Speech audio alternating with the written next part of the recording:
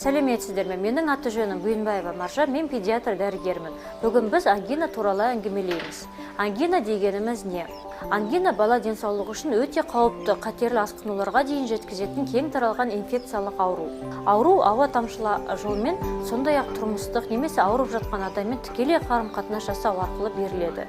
Ангинаның негізгі белгілері дене қызуының жоғарылауы, тамақтың ауруы және қызаруы, бадамшалар мен лимфа түйіндерінің үлкеюі және де дене қызуының 38 градустан жоғары болуы.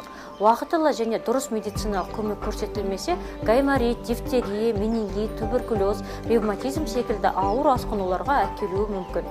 Балаға ангина жұғуының басты себебі қоршаған ортаның қатал факторларына дұрыс қарсыласа алмауы. Сонымен қатар баланың мұндай жағдайлардан қорғау өте қиын. Себебі балалар балабақша, мектеп және басқа да инфекция көздері болып табылатын жерлерде болады.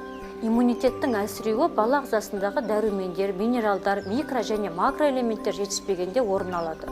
Балаңызды ангинадан құтқару үшін бала ағзасының қорғаныс қызметін және вирустар мен инфекцияларға қарсыласу деңгейін жоғарылатуға ықпал ететін дорамарин дәрумендер кешенін қабылдауға кеңес беріледі.